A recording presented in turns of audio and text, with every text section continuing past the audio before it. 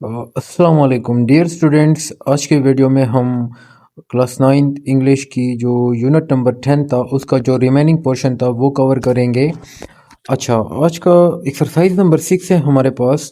Complete the following sentences by choosing the correct degree of adverb. ठीक है, यानी ये कुछ सेंटेंसेस दिए हैं, इसमें हमने क्या करना है, जो एडवर्ब की डिग्रीज होती है उसमें करेक्ट डिग्री को हमने पुट करना होता है। ठीक है, एडवर्ब की 3 तरह की डिग्री होती है। एक पॉजिटिव डिग्री होती है जो हम सिंपली इस्तेमाल करते हैं जब हम किस कंपैरिजन नहीं करते। ठीक है, दूसरा होता है कंपैरेटिव डिग्री। कंपैरेटिव डिग्री जब आप दो चीज़ों के दरमियान कंपैरिजन करते हैं तब आप वो डिग्री इस्तेमाल करते हैं। सुपरलेटिव डिग्री आप तभी इस्तेमाल करते हैं जब आप दो से ज़्यादा चीज़ों के दरमियान कंपैरिजन करते हैं। आइए देखते हैं पहला MCQs. My younger brother place hockey dash than मी। कि मेरा जो बड़ा यंगर ब्रदर है, छोटा भाई है, वो मुझसे बेहतर हॉकी खेलता है। ठीक है, अब यहाँ पे देखें ना, आप वेल नहीं लगा सकते क्योंकि वेल पॉजिटिव डिग्री है। कंपैरिजन की है यंगर ब्रदर के दरमियान और मी के दरमियान कंपैरिजन है, तो वेल की आप सेकंड जो कंपैरेटिव डिग्री है बेटर वो लगाएं। My younger brother place hockey better than me. ठीक है, शी सिंग्स, यहाँ पे दो ऑप्शन लगे हैं, वेल और बेस्ट। अच्छा, यहाँ पे कोई कंपैरिजन नहीं है तो पॉजिटिव डिग्री वेल लगा दे। तीसरा है she works dash than me. She works quickly than me या she works more quickly than me. अच्छा, यहाँ पे भी कंपैरिजन है। ठीक है, तो क्विकली पॉजिटिव डिग्री है, इसकी जो कंपैरेटिव डिग्री बनेगी वो क्या बनेगी, more quickly. She works more quickly than me. ठीक है, फोर्थ नंबर है he listen to me dash carefully और मोर केयरफुली। अब देखो ना, यहाँ पे कोई कंपैरिजन नहीं है तो आप यहाँ पे क्या लगाएंगे, सिर्फ पॉजिटिव डिग्री केयरफुली लगाएंगे। He listen to me carefully. पांचवा देखें, the player hit the ball dash more forcefully और फोर्सफुली। यहाँ पे भी कंपैरिजन नहीं है तो आप यहाँ पे क्या लगाएं, फोर्सफुली लगाएं। The player hit the ball forcefully. अच्छा, यहाँ पे एक्सरसाइज नंबर 7 है, इसको छोड़ दें। एक्सरसाइज नंबर 8 को छोड़ दें। एक्सरसाइज नंबर 9 पे आ जाए। यहाँ पे जो है ना, प्रीपोजिशंस के ज़रिए से हमने एमसीक्यूज़ को फिल करना है। ये इंपॉर्टेंट है, कभी कभार इनमें से जो है ना एमसीक्यूज़ उठा लेते हैं। पहला MCQ fill in the blanks है हमारे पास। He is fond dash tea, he is fond of tea. ठीक है, यानी वो चाय का शौकीन है। She was angry with me, वो मुझ पे गुस्सा थी। She was happy with me, I am not happy with you.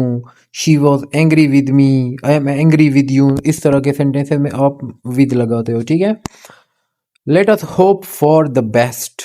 ठीक है, चौथा है हमारे पास, दे वर एबसेंट फ्रॉम द क्लास, तो वो क्लास से गैर हाजिर थे। अच्छा, हमारे पास नेक्स्ट है, he will reach in about 20 minutes, यानी वो तकरीबन 20 मिनट में पहुंच जाएगा। ठीक है, छठा है हमारे पास, my village is across the river, कि मेरा जो गांव है वो दरिया के उस पार है। ठीक है, the earth revolves moves around the sun, around the sun. ठीक है, कि जो अर्थ है वो सन के इर्द गिर्द घूमती है। They are sitting beneath the trees, वो दरख्त के नीचे बैठे हुए हैं। There is a river between two cities. ठीक है, दो सिटीज के दरमियान क्या है, एक रिवर है। वेट टिल टुमारो, कल तक इंतज़ार करो। ओके, अब जो है ना 10वां छोड़ दें, एक्सरसाइज नंबर 11 पे आ जाए। यहाँ पे लिखा है, put a tick in the correct box to show whether it is a simple or a compound sentence, then circle the conjunction in the compound sentence. ठीक है, अच्छा, फिर जो यहाँ पे आपको बताया जा रहा है कि आपने बताना है, ये सेंटेंसेस दिए गए हैं तो आपने ये बताना है कि ये जो सेंटेंस है ये सिंपल सेंटेंस है या कंपाउंड सेंटेंस है, और इनमें फिर आपने कंजंक्शन को भी जो है ना क्या करना है, अंडरलाइन करना है। पहला हमारे पास, अच्छा, सिंपल और कंपाउंड सेंटेंस मैंने आपको पहले, इससे पहले वाले लेक्चर में एक्सप्लेन किए थे कि जो सिंपल सेंटेंस होते हैं वो सेंटेंस होते हैं जिसमें एक इंडिपेंडेंट क्लॉज मौजूद हो, तो वो सिंपल सेंटेंस होता है। कंपाउंड सेंटेंस कौन सा सेंटेंस होता है जिसमें कम से कम दो इंडिपेंडेंट क्लॉजेस मौजूद हो, तो उसको हम कंपाउंड सेंटेंस कहेंगे। कंपाउंड सेंटेंस में चूंकि दो इंडिपेंडेंट क्लॉजेस होते हैं तो उन क्लॉजेस को मिलाने के लिए हम क्या लगाते हैं, कंजंक्शन लगाते हैं, ठीक है। तो कंपाउंड सेंटेंस में हमारे पास कंजंक्शन भी होता है क्योंकि दो क्लॉजेस को मिलाने के लिए कंजंक्शन की ज़रूरत होती है जो उनको क्या करता है, कनेक्ट करता है। ओके, अगर पहला सेंटेंस हम देखते हैं, it is very hot in the afternoon. यहाँ पे हमारे पास ये क्या है, सिंपल सेंटेंस है क्योंकि एक ही इंडिपेंडेंट क्लॉज है और ये कंप्लीट मीनिंग दे रहा है, कोई दूसरा क्लॉज मौजूद नहीं है। दूसरा देखें, I am living now but I will be back in an hours time, ठीक है। आई एम लिविंग नाउ ये एक क्लॉज है, दूसरा क्लॉज कौन सा है, but I will be back in an hours time. तो ये दो इंडिपेंडेंट क्लॉजेस है, ठीक है। तो ये इसलिए क्या है, कंपाउंड सेंटेंस है और इसमें कंजंक्शन कौन सा है, बट है। अच्छा, तीसरा है, dad took out 1,000 rupees note and gave it to the cashier, ठीक है। अब अगर इसको देखते हैं, इसमें भी दो क्लॉजेस मौजूद है, dad took out 1,000 rupees note, ये एक इंडिपेंडेंट क्लॉज है, एंड उसके बाद कंजंक्शन है, gave it to the cashier, ये भी एक इंडिपेंडेंट क्लॉज है। तो दो इंडिपेंडेंट क्लॉजेस है तो ये एक कंपाउंड सेंटेंस है। चौथा देखें, एंड यहाँ पे कंजंक्शन है, ठीक है। चौथा देखें, the fisherman went out in the morning and came back with a lot of fish, ठीक है। इसमें अगर हम देखते हैं, the fisherman went out in the morning, ये एक इंडिपेंडेंट क्लॉज है। उसके बाद एंड जो है ना, ये दूसरा एक कंजंक्शन है, came back with a lot of fish, ये जो है ना हमारे पास दूसरा इंडिपेंडेंट क्लॉज है, तो ये भी एक कंपाउंड सेंटेंस है। ओके, नेक्स्ट वो देखते हैं हमारे पास, Rahim said goodbye to everyone, ये जो है ना सिंपल सेंटेंस है क्योंकि इसमें एक ही क्लॉज मौजूद है, ठीक है। छठा है हमारे पास, every country celebrated the new year, ये भी एक सिंपल सेंटेंस है, एक ही इंडिपेंडेंट क्लॉज मौजूद है। सातवां है हमारे पास, we were planning to go to the shop to the zoo but our car broke down on the way, ये इसमें दो इंडिपेंडेंट क्लॉजेस है, we were planning to the zoo to go to the zoo, ये एक independent clause है, but conjunction है, our car broke down on the way, ये दूसरा इंडिपेंडेंट क्लॉज है, तो ये यहाँ पे कंपाउंड सेंटेंस है। इसके अलावा आठवां अगर हम देखते हैं तो इसमें भी दो इंडिपेंडेंट क्लॉजेस हैं, ये कंपाउंड सेंटेंस है। 9 अगर हम देखते हैं तो ये एक सिंपल सेंटेंस है।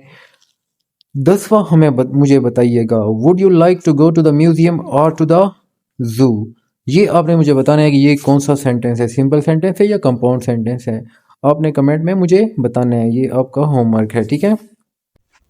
अच्छा, इसके बाद वाला जो हमारे पास एक्सरसाइज है, identify the phrase in the following sentences and state their kind, ये कुछ सेंटेंसेस दिए हैं, इसमें आपने क्या करना है, फ्रेज को ढूंढना है, अंडरलाइन करना है और फिर ये भी बताना है कि वो है कौन सा फ्रेज, ठीक है। पहला सेंटेंस है हमारे पास, you can buy it in all places, अब यहाँ पे देखें ना, यू कैन बाई इट, तुम इसे खरीद सकते हो, इन ऑल प्लेसेस, तमाम जगहों पे, इन ऑल प्लेसेस यहाँ पे क्या है, एक प्रीपोजिशनल फ्रेज है, लेकिन यहाँ पे ये प्रीपोजिशनल फ्रेज तो है क्योंकि ये प्रीपोजिशन से शुरू हो रहे हैं, इन से, ठीक है। प्रीपोजिशनल फ्रेज जो होता है वो हमेशा प्रीपोजिशन से ही शुरू होता है, ठीक है, लेकिन ये फ्रेज यहाँ पे काम एडवर्ब का कर रहा है, ठीक है, तो इसलिए हम इसको क्या कहेंगे, adverbial prepositional phrase. Adverbial prepositional phrase वो प्रीपोजिशनल फ्रेज होता है जो एडवर्ब का काम करता है। अब ये एडवर्ब का काम कैसे कर रहा है, you can buy it in all places, in all places यहाँ पे आपको आंसर दे रहे हैं वेयर, प्लेस का, ठीक है, it tells us about the place, और जो हमें वेयर का जवाब देता है वो क्या होता है, एडवर्ब होता है, ठीक है। तो यहाँ पे ये लोकेशन शो कर रहा है तो ये एडवर्ब का काम कर रहा है और ये है प्रीपोजिशनल फ्रेज, तो इसको हम कहते हैं एडवर्बियल प्रीपोजिशनल फ्रेज। लेकिन अगर ऑप्शन में आपके से ये पूछा जाए कि ये कौन सा फ्रेज है, तो फिर आपने बताना है प्रीपोजिशनल फ्रेज है, लेकिन अगर आपसे इसका फंक्शन पूछा जाए कि ये जो फ्रेज है इन ऑल प्लेसेस, ये यहाँ पे किस तरह काम कर रहा है, तो आपने बताना है कि ये एडवर्ब फ्रेज का काम कर रहा है, ठीक है। ओके, दूसरा देखते हैं, he replied in a very rude manner, in a very rude manner भी एक प्रीपोजिशनल फ्रेज है क्योंकि इन से शुरू हो रहा है, लेकिन ये काम किसका कर रहा है, एडवर्ब का कर रहा है, क्योंकि देखो ना, he replied, how, how he replied in a very rude manner. In a very rude manner जो है ना, ये आपको बता रहा है कि उसने जवाब कैसे दिया, रिप्लाइड को मॉडिफाई कर रहा है, तो ये एडवर्ब ऑफ मैनर का यहाँ पे काम कर रहा है, तो इसलिए इसको हम कहेंगे एडवर्बियल प्रीपोजिशनल फ्रेज। ये है तो प्रीपोजिशनल फ्रेज, लेकिन वो प्रीपोजिशनल फ्रेज है जो एडवर्ब का काम कर रहे हैं, ठीक है। प्रीपोजिशनल फ्रेज की दो टाइप्स होती है, एक एजेक्टिवल प्रीपोजिशनल फ्रेज, दूसरा होता है adverbial prepositional phrase. Adjectival prepositional phrase वो प्रीपोजिशनल फ्रेज होता है जो नाउन को डिस्क्राइब करता है, जबकि एडवर्बियल प्रीपोजिशनल फ्रेज वो प्रीपोजिशनल फ्रेज होता है जो एडवर्ब का काम करता है, वो एडजेक्टिव को भी मॉडिफाई करता है, वर्ब को भी मॉडिफाई करता है और दूसरे एडवर्ब को भी मॉडिफाई करता है। तीसरा देखते हैं, how does he live without any worries. तो विदाउट एनी वरीज एक प्रीपोजिशनल फ्रेज है, प्रीपोजिशन से स्टार्ट हो रहा है और ये यहाँ पे एक रीज़न बता रहा है विदाउट एनी वरीज, ठीक है। ये भी एडवर्बियल प्रीपोजिशनल फ्रेज का काम कर रहा है, ठीक है, और ये है। अच्छा, नीचे देखते हैं, underline the clauses in the following sentences and state whether they are adjective clause, adverb clause और नाउन क्लॉज, ठीक है। तो ये जो है ना, आपको क्लॉजेस के बारे में नॉलेज होनी चाहिए, हाँ, तब जाके आप इसको आइडेंटिफाई कर सकते हैं। मैं आपको कुछ शॉर्ट्स ट्रिक्स बताता हूँ कि आपने क्लॉजेस को कैसे आइडेंटिफाई करना है। क्लॉजेस के हमारे पास दो टाइप्स होते हैं, इंडिपेंडेंट क्लॉज जो हमें कंप्लीट मीनिंग देते हैं, दूसरा होता है डिपेंडेंट क्लॉज जो हमें कंप्लीट मीनिंग नहीं देता। डिपेंडेंट क्लॉज को हम सबऑर्डिनेट क्लॉज भी कहते हैं। अब डिपेंडेंट क्लॉज के मज़ीद तीन टाइप्स होते हैं, noun clause, adjective clause, adverb clause. Noun clause क्या होता है, एडजेक्टिव क्लॉज क्या होता है, एडवर्ब क्लॉज क्या होता है, इसको मैं आपको थोड़ा सा एक ट्रिक बताता हूँ कि आपने कैसे सेंटेंस में पहचान करनी है। ओके, तो अब ज़रा पेज के बिल्कुल नीचे आ जाए, रेड कलर पे मैंने आपको कुछ हिंट्स दिए हैं यहाँ पे। नाउन क्लॉज, नाउन क्लॉज आपको आंसर देते हैं हु, व्हाट, ठीक है। इन सवालों के बारे में आपको बताते हैं, ठीक है, हु एंड व्हाट के बारे में। इसको आगे फिर एक्सप्लेन करेंगे जब हम करेंगे। एजेक्टिव क्लास क्या करता है, डिस्क्राइब्स नाउन और प्रोनाउन। एजेक्टिव क्लास एजेक्टिव का काम करता है, वो नाउन को डिस्क्राइब करता है या प्रोनाउन को डिस्क्राइब करता है। एडवर्ब क्लॉज जो होते हैं वो हमें क्या बताता है, वो एडवर्ब का काम करता है, वो हमें रीज़न यानी वाई के बारे में बताता है, व्हेन कब, हाउ कैसे, इन चीज़ों के बारे में हमें इंफॉर्मेशन देते हैं या इन सवालों के जवाब देते हैं, ठीक है। तो अच्छा, नॉन क्लॉज जो होते हैं ना, वो आप उसकी जगह पर आप प्रोनाउन भी लगा सकते हैं, ठीक है। तो आप चेक करें, नाउन क्लास को ऐसे भी चेक कर सकते हैं आप। नाउन क्लास की अगर आपको कन्फ्यूजन है कि ये नाउन क्लास है या नहीं, तो आप उसकी जगह प्रोनाउन लगाएं। अगर प्रोनाउन लगा के वो मीनिंग कंप्लीट दे रहा है तो फिर मतलब है कि वो नाउन क्लास है, ठीक है। पहले सेंटेंस को ज़रा देखते हैं। The angler said that he had not cut any fish that morning. The angler said that he had not cut any fish that morning. अब सबसे पहले तो आपने क्लास की पहचान करनी है कि क्लास है कौन सा।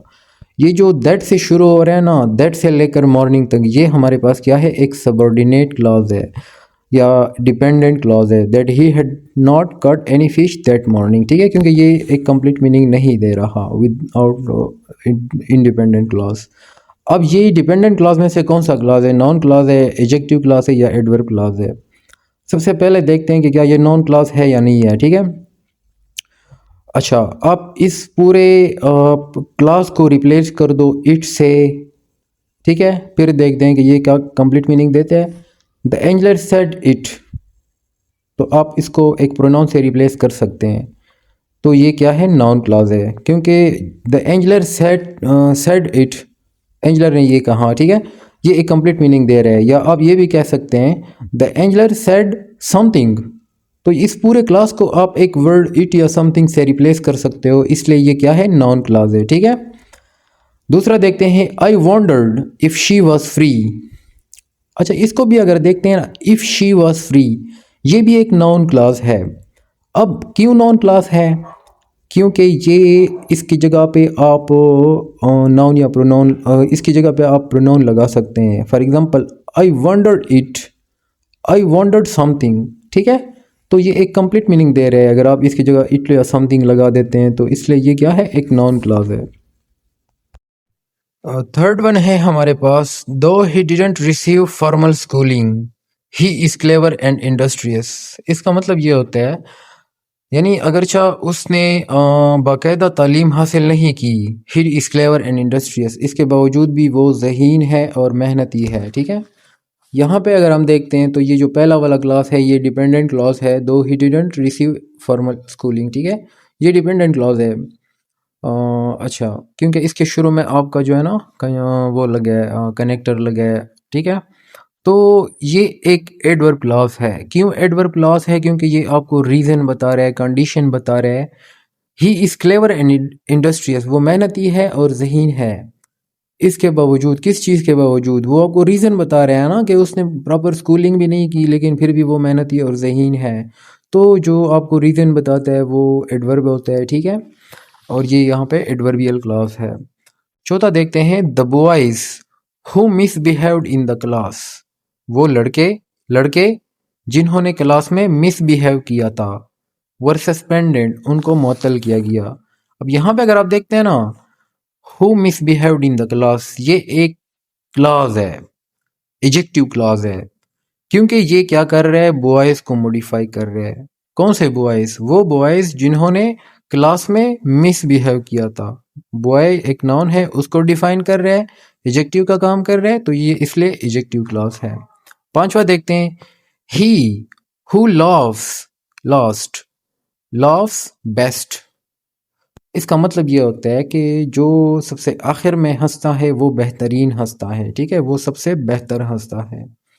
अब यहाँ पे ही प्रोनाउन है, हु laughs लास्ट, जो आखिर में हंसता है, ये एक क्लॉज है, एडजेक्टिव क्लॉज है, क्योंकि ये आपको प्रोनाउन के बारे में बता रहा है कि किस बंदे की बात हो रही है। ठीक है, okay, so dear student, that is all about unit number 10।